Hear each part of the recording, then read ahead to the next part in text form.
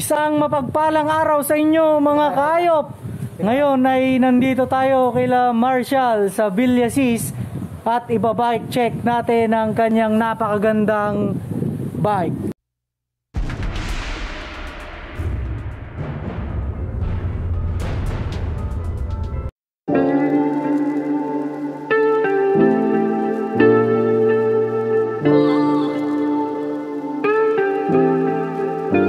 Bike ko po is Trinx frame siya. Ang series niya, model series niya is Q189, Majestic 189. So specs niya is size small, size 16, and wheel size niya is 29er. So ang niya is alloy naman. Ang experience ko sa bike ko compare sa mas nauna kong ginagamit na Phoenix dati na frame. So mas magaan yung frame ng bike ko na Trinx compared doon sa Phoenix. Pesa ko ngayon is L281, 11 speed din siya, and 1x setup na rin ako. So from dating AX ako na 3x11 setup, so ngayon is 1x11 setup na ako. Ilang beses na rin ako nagpalit, so makita na ilang beses ko na rin nakita yung performance, yung difference ng bawat pagpalit ko. So from dati, ang set ko is naka L2 ako. So L2 lang, budget meal lang, budget group set. L2 nung unang set ko is L2AX. Okay naman siya, 3x11 setup. Pero in the long run, at meron tayong sponsor na kaibigan, Kapadjak. Shoutout kay Pot San Juan. So ang stock ko na 3x8 to 3x11 to 1x11 is ang laki ng difference. So from 3x8 na from stock na L2A3, mabigat siya. Kumbaga yung stock na cogs ko is 32 lang ata yung pinakamalaki, 13 lang yung pinakamaliit. So okay naman, nakakaya naman yung setting. Pero nung nag 3x11 ako, medyo lumawang yung range nung gearing ko, kaya mas solid. Tapos nung nag 1x11 na ako, doon ko naramdaman yung malaking difference. Mga difference nun, siyempre yung ko naging Halotech siya, naging 1x nga, wala nga akong choice, o isa na lang yung ko na gearing sa likod lang, 11 setup siya. Crankset ko is ayan, sa weapon Fiber 300. So ito yung mga budget meal nga lang baga na pyesa talaga. Halo yung chainring niya 36 teeth. Tapos yung cogs Max Zone. Ang setting ng teeth ng cogs ko is 1146. So sa 1x11 na setup, medyo ideal naman na siya. Kasi pag okay naman na sa 1146, hindi naman ako nahuli sa patag kasi 36 naman yung ngipin ng chainring ko. Yung 46, naiahon ko pa naman yung 36x46 na setting. Gear set ko, yung RD niya is L281. Na siya, ito yung mga medyo mataas na rin, na parang nasa mid-range na level na ng L2. So yung L2 RD ko, siya, carbon cage, carbon body siya, and long cage siya. So pag naggamit tayo ng mega cogs, medyo kaya niya nga abutin kahit pag 50 ganyan. Yung brake set ko is BLM 315. So mas mataas siya sa MT200 na pinakamababa na non-series ng Shimano non-series na hydraulics brake. Brake set ko is so from stock ko na hydraulic na stock ng Q189, M189 na X-Spark lang. Okay naman yung hydraulics na X-Spark, kaso in the long run, siyempre nakagagamit ganyan. Nagkaroon na rin ng mga minor issue, di ko alam kung nagkaroon ng humina or nagkalik sa loob. Kaya yun yung sa mga una ko talagang upgrade is brakes. So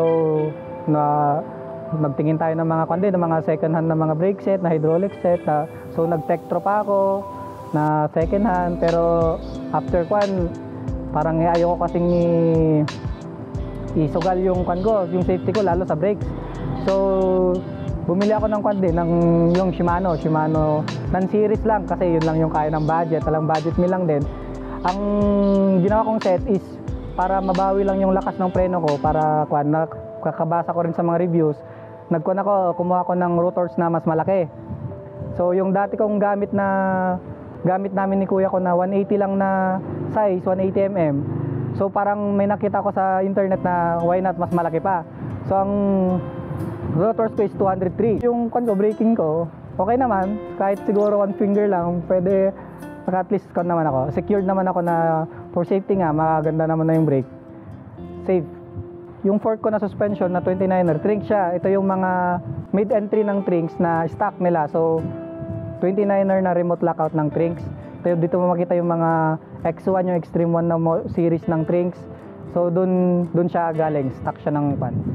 So well and good naman yung performance, so maganda. Ayun yung fork ko, from stock fork na coil fork na stock ng Trinks na kuan, medyo mabigat talaga siya. Yung lockout, manual lockout naman yung stock niya. So in the long run, kakakuan natin sa mga groups, parang nahilig tayo nainggit tayo sa mga iba't ibang setup. So ang next na in-upgrade ko, nagipag-swap ako sa fork. Yan, shoutout kay Bayaw Carlo from Isabela State U. Yan, Bayaw. Yan, siya unang-una kong nakaswap sa tinidor. So nakaswap ko siya ng fork sa Muso. Nag-set up ako ng Muso rigid fork. So in the long run, okay naman siya. Magaan talaga ang layo ng from coil fork to rigid fork. Ang layo ng difference, so speed, acceleration, ang layo. Pero in the long run, ayun, na-miss natin maglaro, mag-jump sa mga humps, medyo exhibition, kaya kiran natin na naghanap din na naman tayo ng kaswap, ganyan, ng mga groups. So ayun, may nakita rin tayo, nakaswap tayo ng Trinks na 29er din na air fork and remote lockout siya. So ayun, okay naman. So according kay Kuya Pot na kasama ko siyang nag-score dun sa fork. Sabi niya okay naman, nag-add naman ako ng minimal din naman yung in-add ko na add cash and yung fork. So okay naman siya, yung fork ang ganda. Kumpara mo dun sa manual lockout na ginaganon pa, abutin mo yung lockout niya dito. Siyempre yung safety mo nandun na rin. Siyempre pag biglang butas, biglang bato, ganyan, hindi mo nagaganon yung abutin yung manual lockout mo. So yung remote lockout, advantage ng remote lockout, okay siya.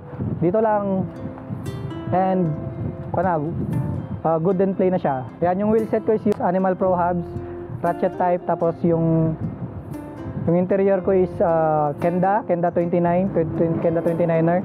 Tapos yon yung gulong ko na dating Kenda, medyo nakalbo, kaya kailangan na rin palitan kasi nung nag-rides kami, medyo sa isang siko no na downhill, medyo gumewang ako sa yung parang paramdam na kailangan ko ng palitan. So yun, may nabili akong Maxxis Beaver, 29er siya.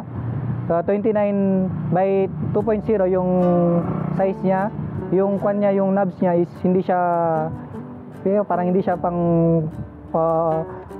all around, hindi siya pang road only. So yung ko parang more on trail siya, kaya nung natry ko sa mga light trail, yung mga mababato, okay siya, hindi niya ako pinapaya doon. No, makapit, kahit itumba-tumba mo sa kurbahan, okay siya. So ayun, dahil sa medyo pihikan tayo sa kulay. Iba-iba din ako ng kulay, from blue, dahil yung AX ko noon kulay blue, nagpalit ako ng stickers ng blue. Nung nagpalit ako ng green, shoutout dun sa kay Bong, paring Bong, kay Boss, kay Kabsat, nag-paint din siya from nung nagpalit ako ng kulay, green na yung kulay ng bike ko noon. Pininturahan niya yung mga yung rim, yung accessories ko, yung cockpit ko, pininturahan niya. So yun, shoutout sa'yo, Boss Beans. Tapos next is yung, dahil nagpalit nga ako sa Ford, medyo hindi na siya bumagay sa mga accessories ko, accessories sa mga parts ko, gold yung stanchion nung Ford. Tapos before noon na medyo sumimplang tayo dun sa school lang sa PSU. Kaya yung rim ko na stock na napinturahan ko ng green noon, medyo may tama. So medyo nabengkong. So dahil sa mahirap, lalo sa front yung nabengkong noon, kaya nagkuhan tayo ng panibagong gamot na rim. So bumili tayo ng rim, kaya binagay ko yung kulay. So ang wheelset ko ngayon, tapos wheelset ko is yung Giant. Shoutout din sa pinagbilan ko na shop, mura din yung bigay niya sa akin. Tapos yung spokes niya, sa number 1 sponsor ko, Lazada, Shopee, Gold Spokes 29er. Tapos yung wheelset ko ay yung hubs ko kay content ka sa pinagkuhanan ko ng rim at saka ng hubs. Shoutout kay Boss Ivan sa Tikboy Shop sa Villasis, sa Ordaneta, yung shop niya. Yan, binigyan niya ako ng malaki-laking discount talaga. Presyong kaibigan ba. Yung hubs ko is yung Animal Pro hubs. Kuha na siya, ratchet type na siya.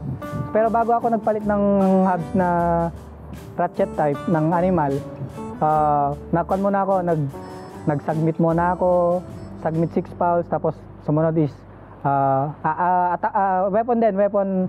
weapon attack 9 pulse. So ayun, pero yung ngayon yung gamit ko na ngayon yung ratchet type, Animal hubs. Yung reviews ko sa kanya nung bago, tahimik, hindi siya kan lang. Parang nasasayangan pa nga ako nung una, parang bakit ratchet parang hina-hina pa din. So, binalikan ko yung mga reviews ni Boss Ian sa Anli Ahon. Malakas yung sa kanya, tapos yun yung in-explain niya na kung bago pa lang daw talaga, may grasa pa sa loob. So, ngayon na medyo tumagal na siya ng 2 months ata, or 2 to 3 months yung hubs ko, medyo tumutunog na talagang pan na rin. Medyo na tunog mayaman na rin, kunyari.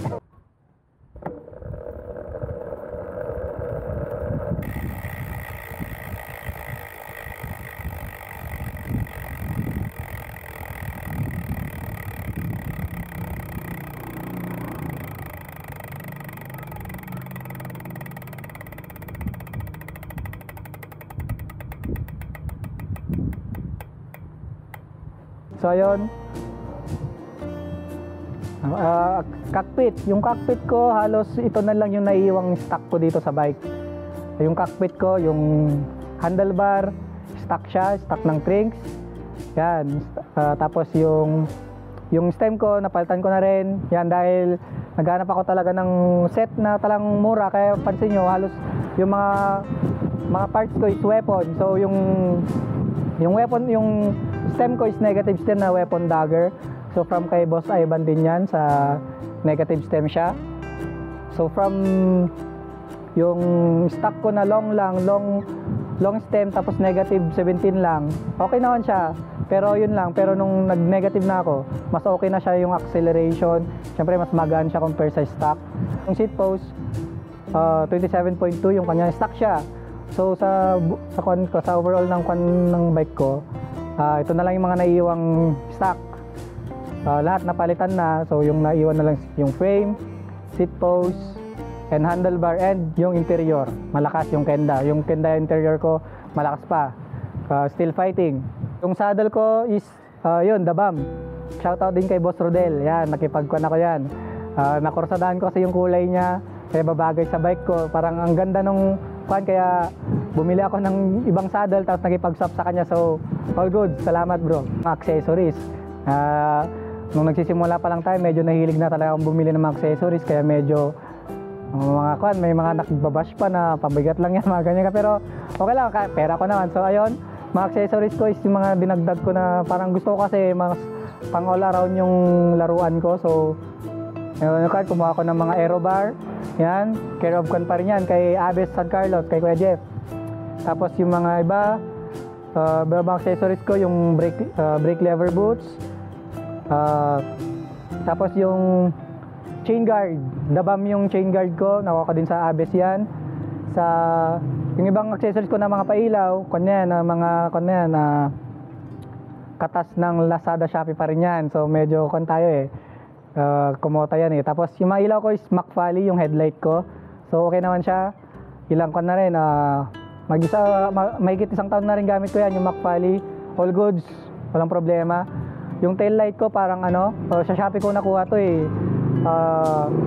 Parang copy siya ng Comet na mas mura lang kasi parang no brand yung ko. Pero maganda siya. Mga ilang buwan ko na rin ginagamit yung tail light ko. So all goods. Mga ibang accessories ko yan, yung bag, yung frame tube bag. Tawag dyan, yung maglalagyan ko ng phone.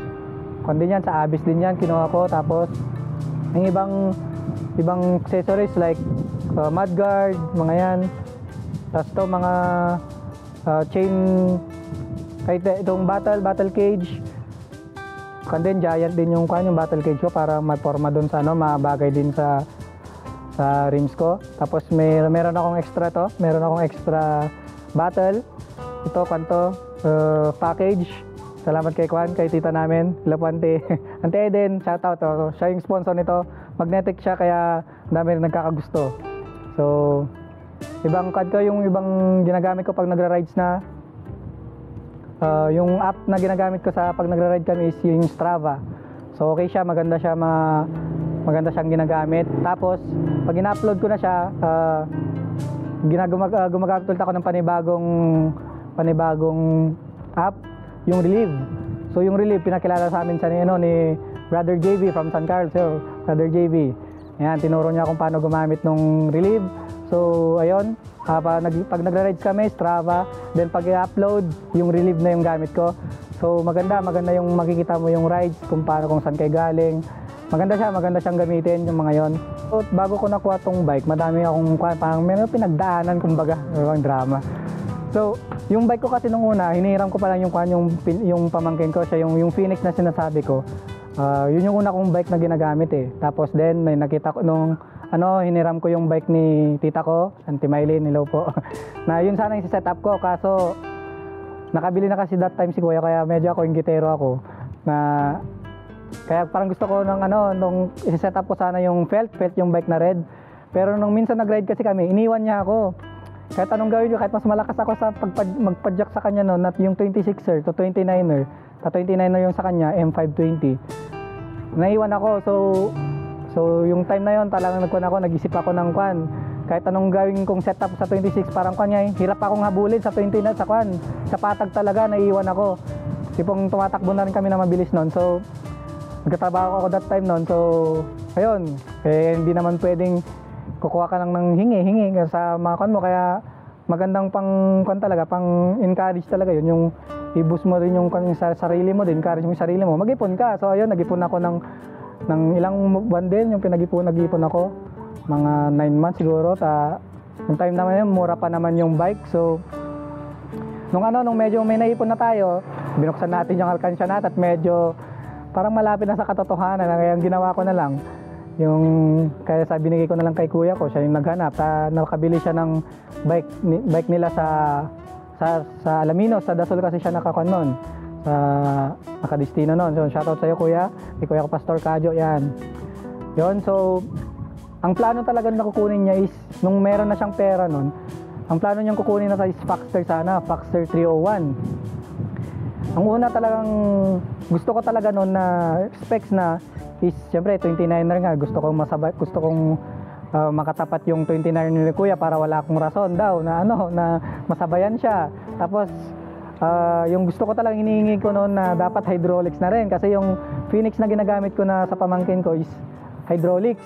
Yung kay kuya kasi that time noon is mechanical pa siya, so alam ko yung difference from mechanical to hydraulics. So talagang kinakan ko yun na, Lord, nandito na yung pera ko, dapat dito yung gusto kong specs, 29er, hydraulics, at least yun yung specs. So nung may nakita sila kuya ko sa Burgos na nagtitinda ng bikes, nakita niya is 5301.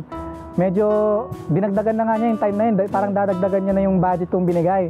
So problemado ako noon, pero sa totoo lang sa sarili ko nung sinabi niyang 27.5 tapos mechanical, sa totoo lang nararamdaman ko, ayaw ko talaga yung parang pinapakita niya noon. Pero siyempre yung kwan ko noon, umuo na lang ako na kunin na lang, kasi yun nga, kasi hiya ko rin sa kanya na dagdagan na nga niya yung pera ko, medyo short pala ako ng budget ko noon. Tapos buti na lang yung time na yon, nung pumunta sila, tapos kinamaga nagpadala ako, yung time na pupunta na sila doon, parang naubusan or di talaga sila natuloy na pumuntang magburgos noon. So, the next morning, may morning devo sila. Morning devo or may ministry sila ng umaga. Tapos pumunta siya sa palengke lang kasi pawala rin yung kuya ko. So, sa mission nila, nagpalengke lang siya for breakfast nila, for breakfast, for lunch. Tapos may nakita siyang garage, parang garage sale ba? Parang caravan sale na naka-display sa bayan ng Dasul. So ayun, may nakita siya doon, nakita niya may naka-display. Si Orada agad. Tinanong niya yung may-ari. Ayun. So yung first price talaga ng may-ari is 12K. So medyo Hindi pa niya, yung time na hindi pa niya sinasabi sa akin, pero ang inisip ko talaga noon, parang iuwi niya na yung araw na yun is yung FT301 na medyo hindi masama, medyo mabigat yung pakiramdam ko. Kasi nasa work ako noon. Tapos nakita niya yun, pinasa niya sa akin yung ano, yung picture na gusto mo ba tong pink to, 29er. Ito parang ito yung gusto mo na ano, ito yung gusto mong specs, sabi niya, 29er, hydraulic, sabi niya. Pero ang kaso lang pink, sabi niya. Kaya ako yung naman, hindi naman ako pikan actually sa kulay. At saka yung pink naman, parang namana ko na yung pagkagusto ko sa pink kay father, yan. Kay Papsi, ayan. So, from 12K na nakipag-discountan siya pabalik-balik hanggang sa sinabi nung seller na may gusto na daw kumuha ng 10K kaso pero ang sabi may nagpa-reserve na 10K daw, kukunin niya na yung bike. So ang ginawa ni kuya ko, binalikan niya yung pera niya, pumunta siya sa church, tapos binilangan niya agad yung seller hanggang sa napababa na ng pababa. So yung price na 12K, umabot lang siya ng 7.7. So di ba? Yun yung mga talagang iba talaga pag pinagdarasal mo talaga, yung hinihingi mo talaga sa kanya.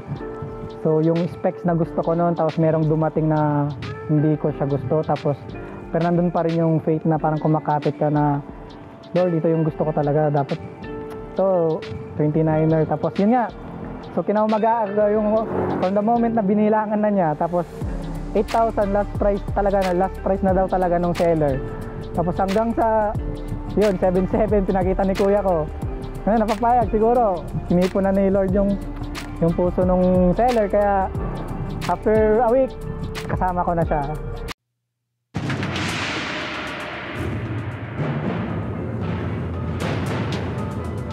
Okay lang. Yay! At kakain na tayo. Doon ka pala sa likod. Nasa likod ako kanina. Eto si Marshall. Shout out. Shout out sa mga kandyan, kaibigan.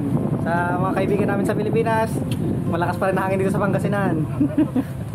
At kay ay nagtago. Yan, kakain muna kami mga kaayop. Kain din kayo. Nagtago si Rian. Yes, praise the Lord. Yan ang mga nagagandahang bike nila. At i-flex na rin natin ang smash na motor. At ang si Batman. Yan. Uy. Op, ang plaka makikita. At si Rian. Parang parang pusa. Biglang nawawala. Ingat-ingat lang po mga kaayop sa Bagyong Ulysses. Lalong-lalo na po mga dam ngayon ay nag-release na pala ng kanilang mga katubigan. Ito naman si Kadyo. Si Kadyo ay isa ring pastor yan. Siya ay nakadestino naman sa Dasol, Pangasinan. Kung tayo ay iaalaw ng ating Panginoon, naway makapasyal din tayo sa kanyang destino. Napakaganda po sa Dasol, Pangasinan mga kaayop. Magaganda yung mga dagat doon.